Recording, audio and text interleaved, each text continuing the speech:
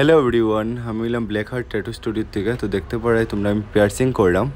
তো তাই পিয়ার্সিং করলাম। তো এটা হলো নিডেল, আমরা যেটা দিয়ে পিয়ার্সিং করিয়ে থাকি। তো দেখতে পারাই তোমরা স্মাইলের লগে একটু ছোটো মোটো একটা পেইন হয়। তো সুন্দর করে এটা হয়ে গেছে পিয়ার্সিংটা, তোমরা দেখতে পারা। তারপরে দিকে আমরা করছি আরও দুইটা গান শট। তো গান শটটা দেখাই দিলাম তোমরা।